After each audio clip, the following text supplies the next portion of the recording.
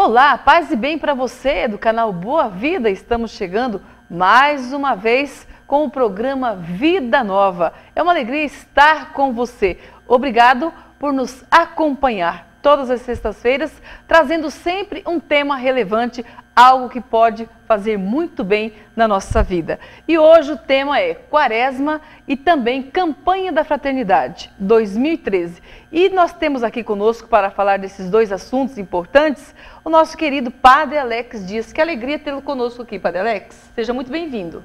Obrigado, Zair. Para mim também é um prazer poder estar aqui com vocês, dividir um pouco daquilo que a gente sabe, informar e ajudar também aqueles que nos ouvem, que nos assistem, a conhecer um pouquinho melhor a nossa igreja e o caminho que ela tem na evangelização. Certo. Há quantos dias o senhor é pároco da paróquia São Carlos atualmente? Olha, eu sou pároco da paróquia São Carlos já tem 2 meses. Sim. Mas eu entrei no dia 29 de dezembro, fiquei um período de férias durante o mês de janeiro e retornei agora, sábado. Então, há 4 dias eu estou atuando, podemos assim dizer, na paróquia São Carlos. Certo.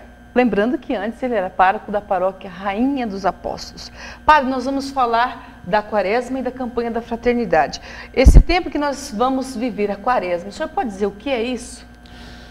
A Quaresma é um tempo litúrgico, né? Que a igreja, dentro do ano da salvação, dentro do calendário litúrgico, a Quaresma lembra um período onde o povo de Deus é convidado a viver um tempo de conversão, de penitência, de reconciliação com Deus, um tempo em que ela se permite voltar à essência do ser cristão no batismo. O que é isso? Voltar à vida nova que Jesus possibilitou através da reconciliação, da reorganização da fé e do seguimento a Jesus sem o pecado, que é o grande mentor que nos tira desse caminho de vida e salvação.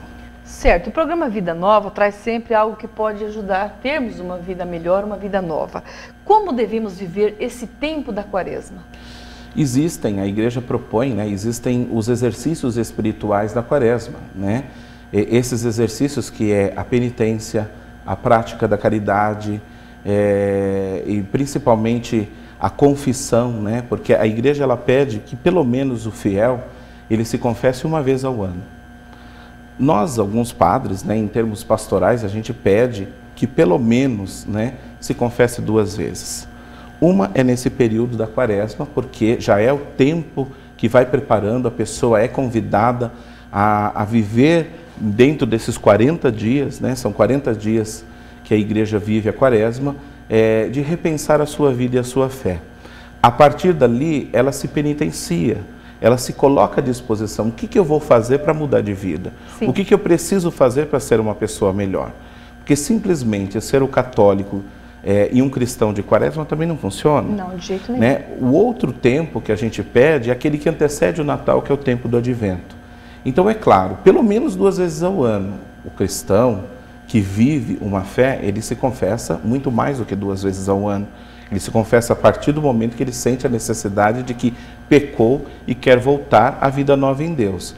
Então a Quaresma, com os exercícios da prática da caridade, da esmola, que a pessoa também é obrigada, convidada a ver que a penitência que ela faz, ela tem um fundamento. O senhor pode explicar para nós? Por exemplo, existe também um jejum. A penitência, que é o jejum, e a caridade que entra a esmola, a ajuda aos pobres e etc. O senhor pode explicar para nós? Vou explicar, claro. Sim. Então, assim, eu vou jejuar. O que é o jejum? Não é eu ficar sem comer. Não é eu passar o dia inteiro sem me alimentar. De repente desmaiar, né? Exato. Então, o que eu preciso? O que eu quero atingir e alcançar com o meu jejum? Eu preciso alcançar o quê? Uma mudança de vida. Então, eu vou jejuar, eu vou me propor a fazer o sacrifício, não no sentido do sofrimento, mas o sacrifício que me leva a ser uma pessoa melhor, mas eu deixo, se eu tenho algum vício, muitas pessoas param de fumar, param de beber, só que isso não serve, Osair. Não? Porque você só parar de fumar durante 40 dias, vai mudar o que é a sua vida? Nada. Você tem que parar de fumar, porque você sabe que o cigarro, como qualquer outro vício, ele lhe prejudica, né? Então você tem que parar, fazer o propósito quaresmal, viver uma Páscoa de uma vida nova, mas parar a vida. Mudança de vida, né? Então, assim, aquele dinheiro que eu gastaria com o alimento que eu esbanjo, aquele dinheiro que eu gastaria com os meus vícios, aquele dinheiro que eu gastaria também com aquilo que, de fato, eu deixo de comer. Então, vamos supor, se eu sou uma pessoa que gosto muito de doce, sim, normalmente a juventude faz isso, tira chocolate, tira o refrigerante. Então, aquele dinheiro que eu vou gastar, que eu gastaria com o doce, com aquele lanche que não há necessidade de fazer todo dia, com o refrigerante, com aquilo que é supérfluo, eu vou guardar. E eu vou porque fazer depois o quê eu vou com fazer o meu gesto de solidariedade. Para outra então, pessoa. O jejum, a igreja, existe na igreja, que depois nós vamos entrar nesse assunto, a igreja do Brasil propõe a campanha da fraternidade. Sim. Dentro da campanha da fraternidade existe o gesto de solidariedade. Então o cristão, praticante, o fiel, católico, que pratica a sua fé dentro de uma comunidade, o que ele vai fazer? O jejum, se eu fizer um jejum não quaresmal, o jejum durante a minha vida, ao longo do ano, aí sim eu posso guardar aquele dinheiro e fazer um ato de caridade, seja a uma instituição, seja a uma pessoa necessitada. E a gente precisa aprender a olhar à nossa volta, porque tem muitas pessoas que são necessitadas, estão à nossa volta e a gente não observa isso. Mas a igreja, então, durante a quaresma, o seu gesto solidário é para quê? É dentro da campanha da fraternidade, que a cada ano ela traz um tema específico. Que daqui a pouquinho nós vamos falar. Exato. Então, o jejum funciona desse jeito. A penitência, eu vou me penitenciar de que forma? Através do sacrifício. Né? Então, eu faço um sacrifício, mas em vista do quê? Em vista de uma mudança de vida. Por isso fala, quaresma, tempo de conversão. Converter-se é o quê? Você voltar, retornar ao quê? Qual é a nossa origem cristã? É ser pessoa que ama. E a confissão, padre, é uma das coisas assim, extremamente importantes para isso, né? Inclusive nas paróquias, antes da Páscoa, tem os mutirões de confissões e as pessoas devem ficar atentas, né? Exato. Então, como a igreja, como eu falei, que por motivos pastorais a gente pede 2 vezes ao ano para a confissão, então durante a quaresma existe entre as paróquias próximas, né? Até mesmo porque o fiel, às vezes ele tem receio de confessar com o seu pároco, ele acredita que ele está sendo julgado ali. Então muita gente não entende o sacramento da confissão como tal. Porque o sacramento da confissão é um momento que você tem especial de reconciliação com Deus. E o padre, ele não é quem está ali para te julgar, ele está ali para te ouvir, para te orientar.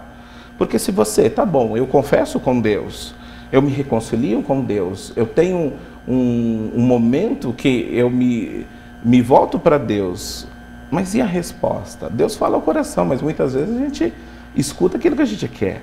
Isso mesmo. Então, de vez em quando, a pessoa, o padre, por isso ele é ungido para isso, por isso ele recebe uma missão da igreja para isso, ele vai o quê? Ele vai orientar aquela pessoa a saber que aquele ato falho que ela cometeu, ela pode, a partir dele, recomeçar uma vida nova. Ter uma vida nova.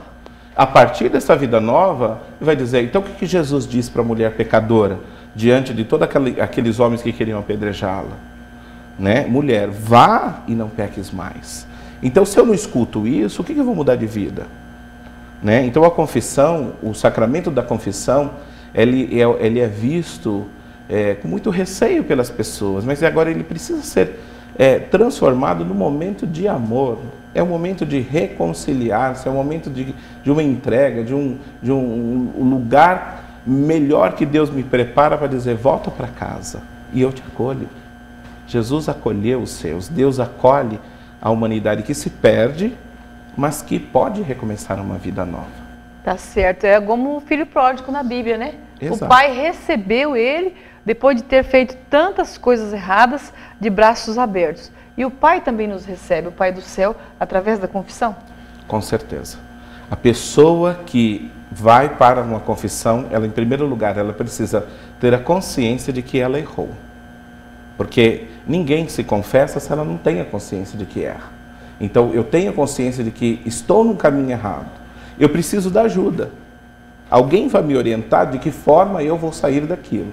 Mas eu também preciso saber que quem deve receber o perdão em primeiro lugar sou eu. Então, se eu me perdoo, com certeza Deus me perdoa também, porque Deus é amor, Osaí. A gente sabe disso, né? E São João nos fala, Deus é amor.